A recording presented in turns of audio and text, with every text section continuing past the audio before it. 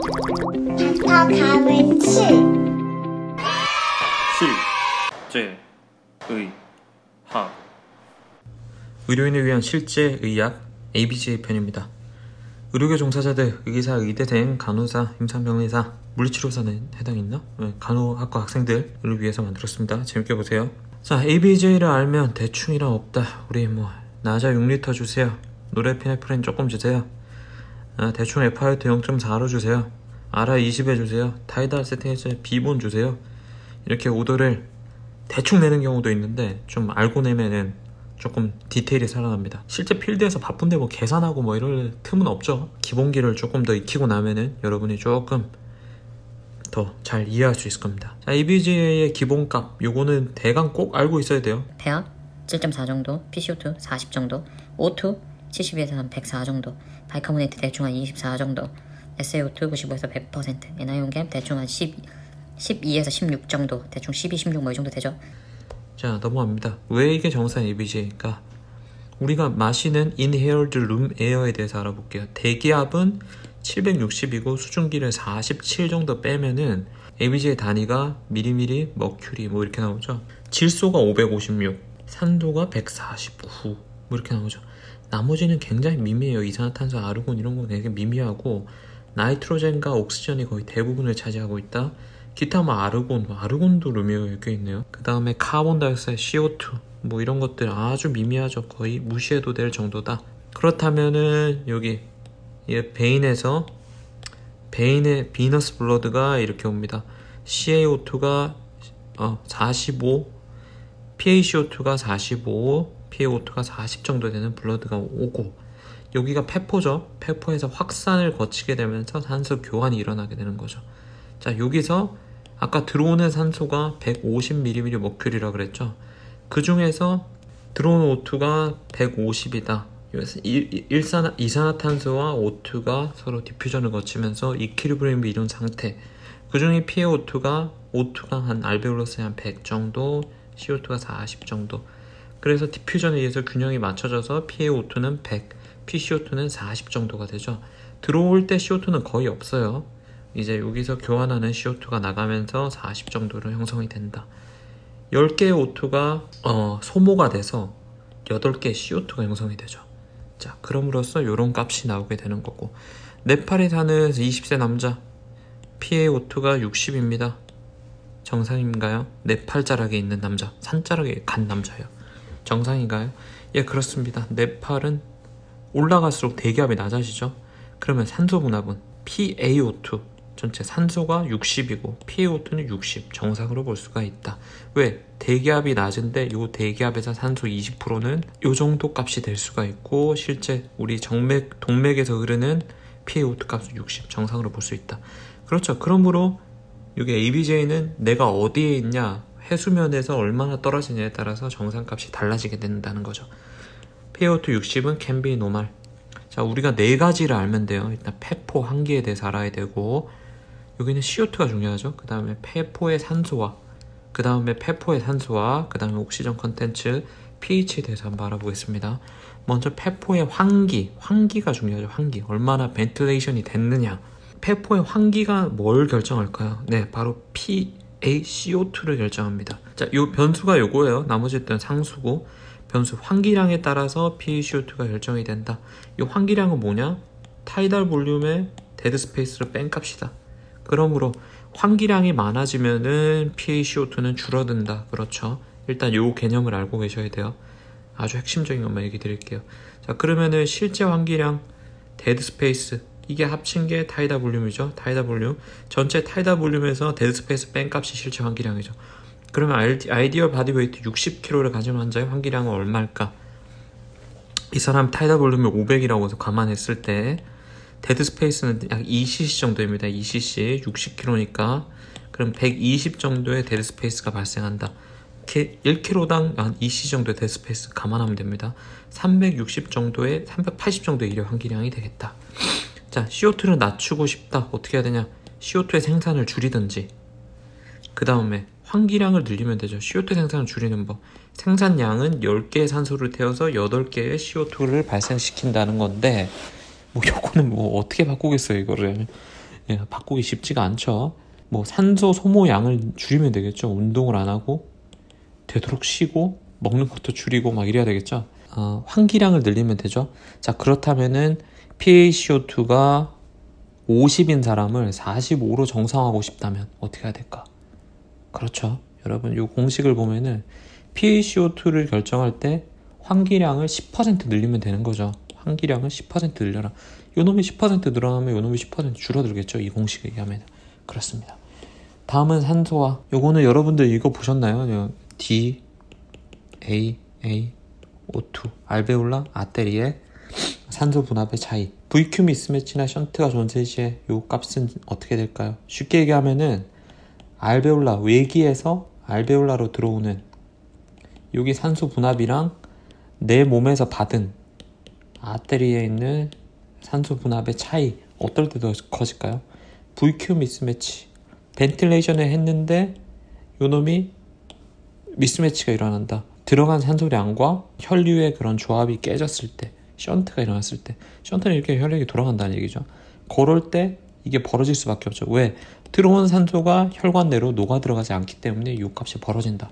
그렇죠. 요거는 션트나 미스매치의 정도를 반영하는 거죠. DAA-O2는 노멀 레인지는 7에서 14 정도가 되는데, 만약에 알베올라의 산소 분압이 높다면은 FiO2가 높을수록 노멀 레인지는 훨씬 넓어지겠죠. 그렇죠. 100% 산소를 들여 마시면은 내 PaO2가 뭐 600, 700 이렇게는 가지 않잖아요. 네. 그러니까 정상값은 훨씬 넓어질 수가 있다. FiO2에 따라서 정상값이 달라진다는 거고. 자, 그렇다면 여기서 문제 한번 갈게요. 25세 여자 프로라이틱 체스트 페인 임신약 복용 중. ABG 했더니, 응급실에서 ABG 했더니 7.45, 31, 83, 20 아주 정상처럼 보이죠. 엑스레이 괜찮았다. 자, 다음 스텝으로 할 게 뭘까요? 여기서 루메어에서 측정했고, 응급실에 여러분들이 환자를 보고 있는데 ABG가 이렇다. 어떻게 할까요? 뭐 엑스레이도 문제가 없고 뭐 내일 오라 그런 경우가 많겠죠. 근데 히스토리 했더니 P명 복용 중. 그럼 ABG를 조금 자세히 봤더니 그렇죠. DAO2가 28로 증가돼 있었다. 그러면 다음 스텝은 뭘까요? 네, 엠볼리즘을 감안해서 CT를 찍으라.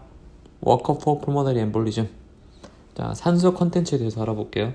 O2 컨텐츠. 우리 몸에 있는 용존 산소가 얼마나 녹아있을까요? 어디에 녹아있을까요? 헤모글로빈에 결합되어 있죠. 대부분 요거죠. 그 다음에 혈장에 녹아있는 산소양이죠. 자, 그렇죠. 세츄레이션에다가 헤모글로빈. 자, 이게 변수네요. 그 다음에 PaO2, 뭐 용존 산소량이겠죠. 이거는 노멀 레인지는 요 정도 된대요. 대강 알고 계시면 됩니다. 그렇다면은 옥시전 딜리버리에 관여하는 거는 뭘까요? 먼저 산소가 많이 녹아 있어야 되겠고, 딜리버리를 잘 하려면은 카디악 아웃풋이 높아야 되겠죠. 카디악 아웃풋이 높고 용존 산소량이 많으면은 더 많은 산소를 딜리버리 할 수 있다는 거죠. 그렇다면 조직으로 전달되는 산소가 부족한 사람은 어떤 사람일까요? 자, 카디악 아웃풋이 적어서 딜리버리가 안 되는 사람도 있고, 헤모글로빈이 적은 사람, 그 다음에 뭐 이런 분들은 산소 전달이 덜 될 수가 있겠죠. 그렇다면은 이 아네미아가 있을 때는 보상작용으로 뭐가 될까요? 카디악 컨트랙틸리티를 증가해서, 죄송합니다. 제가 성문 영어 스타일이어서 제가 발음이 좀 좋지 않습니다. 그렇다면 이게 심장의 부담을 증가하는 결과가 낳게 되죠. 그런데 이게 감당이 가능하냐 감당을 못하냐에 따라서 아네미아를 어느 정도 교정해야 되냐가 결정이 되겠죠. 자, 그렇습니다. 그렇다면 이게 권장하는 수혈, 아네미아를 언제 교정해야 되냐. 카디악 컨트랙티가 높아지면서 심장이 부하를 감당할 수 없는 상태가 되면은 수혈을 해라. 자, 스테미. 이거 뭐 스테미가 제일 심하겠죠. 심장이 뛰는 게 되게 문제가 되니까 이럴 때는 조금 낮아도 적극적으로 수혈을 권해라. 셉시스, 심장이 버텨준다면은 한 7 정도에서 권하고 있고, 심폐쇼크, 상대적으로 여기선 좀 수혈해줘야 될 건데 일단 권장은 요거네요. septicshock 7에서 10 좀 애매하죠. 아까 여기선 셉시스는 7이고 septicshock은 7에서 10. 외상성 손상, 뇌 손상일 때도 많은 산소가 필요하다. 그 다음에 논스테미 8에서 10 정도. 이건 권장이니까 대강 알고 계세요. 그러니까 임상적으로 내가 판단했을 때 이 사람은 아네미아를 방치했을 때 O2 딜리버리가 문제가 돼서 카디악 컨트랙티가 증가하는 상황에서 요거 때문에 2차적인 문제가 발생할 것 같을 경우에는 적극적으로 수혈을 해라. 일일이 막 이런 거 막 다 외워서 막 하면은 환자 산으로 갑니다. 이게 바로 닥터 가물치가 가르쳐주는 실전 의학이죠. 그렇습니다. 자, 핸더슨 하셀바 이퀘이션. 자, 이거는 pH에 대한 내용이죠. 아주 쉽게 얘기 드릴게요. 아주. 이거 막 어렵게 외울 필요 없습니다. 실전에서는 이런 거 막 공식 외우고 이런 거 전혀 필요 없어요. pH가 1 차이 난다는 거의 의미는 뭘까요? 바이카보네이트가 10배 차이 난다는 거죠. 즉, 체내 산의 농도가 10배 차이 난다. 그러니까 pH 1의 변화는 엄청난 차이를 얘기한다는 얘기입니다. 자, 대사성 알칼리증. 대사성 알칼리증 주로 탈수일 때 생기죠. pH가 7.45. 이 클로라이드를 줬을 때 반응이 있는 경우는 구토, 위액 배출, 설사, 이뇨제, 즉 볼륨이 많이 떨어져 있는 경우, 논 리스펀더, 알칼리증이 생기는 경우, 원발성 알도스테롤, 쿠시. 대사성 알칼리증에서 디하이드레이션을 가장 반영하는 지표를 뭘까요? 자, 몸에서 디하이드레이션 돼 있으니까 뭘 많이 흡수할까요? HCl을 많이 흡수하게 되죠. 그러니까 유린 클로라이드가 베스트 툴 포 다이그노시스.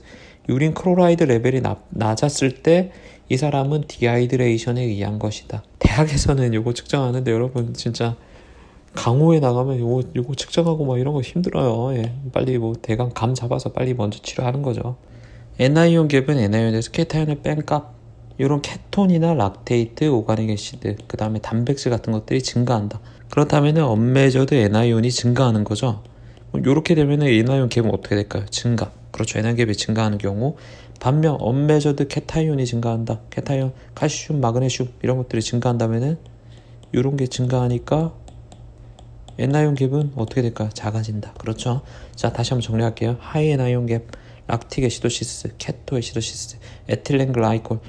뭐 이상한 거 먹고 왔어요. 근데 NI온 갭이 빡 떠 있다. 그러면은 요거 먹은 거 의심해야 됩니다. 요거 은근히 꽤 많아요. 그 다음에 음전화를 띈 단백질이 증가하는 경우도 그럴 수 있죠. 그런 경우 뭐다? 멀티플 마일로마, 단백질이 증가하는 경우, 그런 경우도 있을 수가 있고, 로우 NI온 갭, 케타이온이 많다, 이런 것들이 많아지는 경우, 그래서 칼슘, 마그네슘 이런 게 많아지는 경우, 리튬 독성이나 알부민이 적은 경우도 그럴 수가 있다. 자, 그 다음에 애시도시스에서 바이카보네이트 테라피. 자, 여러분들 산증이 있다고 무조건 교정하는 거 아닙니다. 산증에도 장점이 있어요. 자, 산증이 생겼다. 컴펜세이토리 카테콜라민을 분비한다. 그리고 산소해리 곡선. 자, 볼게요. 파란색이 정상인데 노말인데 산소해리 곡선을 오른쪽으로 이동한다. 오른쪽으로 이동하면 어떻게 될까요? PaO2 50에서 헤모글로빈의 세츄레이션이 요 정도다. 산소가 어떻게 되는 거죠? 농도가 줄어드는 거죠. 산소를 잡아두냐 안 잡아두냐? 안 잡아둔다. 자, 그러면 라이트로 시프트 시키면 조직 입장에서는 어떻게 될까요? 산소가 안 잡혀 있고 헤모글로빈이 안 잡혀 있고 배출시키는 거죠. 조직의 입장에서는 나한테 산소를 주는 거예요. 조직의 산소화에 도움이 된다. 그렇죠.